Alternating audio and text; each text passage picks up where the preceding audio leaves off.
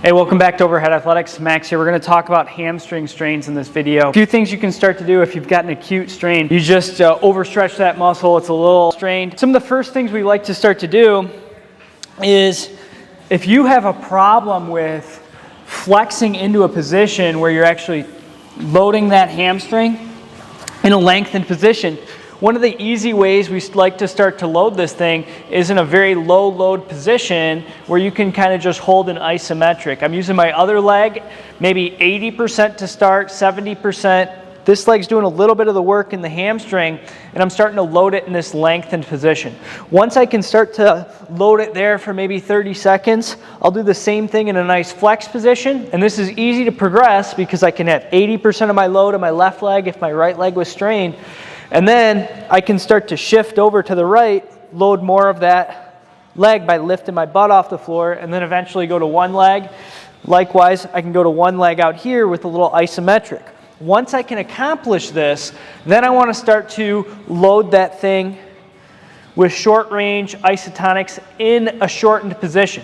You don't want to spend a lot of time in that lengthened position if you have a strain, and you don't want to add too much load. A lot of times we see people overstretch and then they strain, or maybe they load with weight and they strain that thing. So we want to keep them in a shortened position to start and then start to work on some of those soft tissues.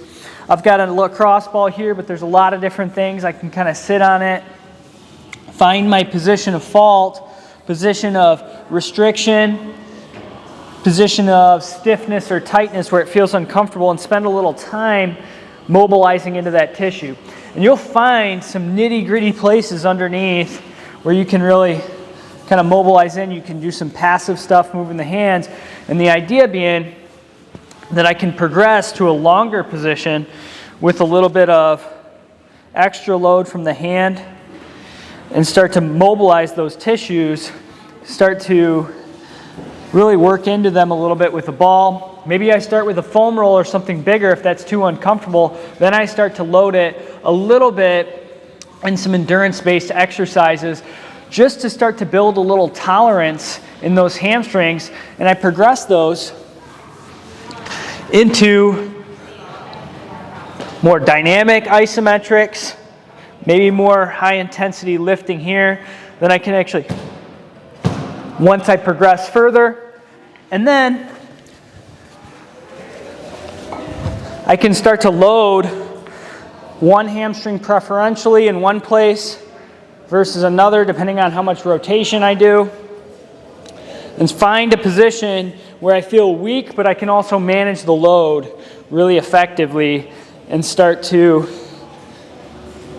slowly load that tissue through a little bit more range as I feel comfortable. Now, this is a longer progression, and people are going to comment on here. I can already tell you, asking for sets, reps, and those sorts of things. What I do with my self-mobilization is spend a few minutes a day working on a lot of that stuff, and then I spend 2-3 days a week working on a little bit of the isometrics, progressing. You may start with 10-second isometrics and feel good with that, and you could progress to 15. If you do 30 seconds and you get sore, you did too much, so you just back off a little bit. But that's kind of our thought process when we're dealing with some of these hamstring strains, is mobilize the tissue with a little bit of self-massage, make it feel good, and then progressively start to load it with some low-load activities like we showed here in the beginning.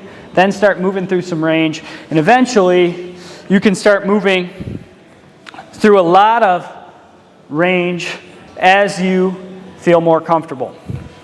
If you guys like this video, hit the thumbs up, subscribe. We'll see you guys in the next one.